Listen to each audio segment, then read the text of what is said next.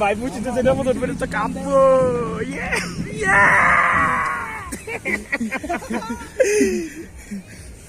আঙ্গুল লো বেটা ইয়ে ভাই রে ভাই এটা কি আঙ্গুল আবার লয়ে পড়বো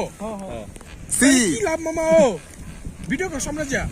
না না তুমি বুঝে খুললা লাই সামনে মোবাইল দিয়ে ভিডিও করি আমি মোবাইল দিয়ে মাত্র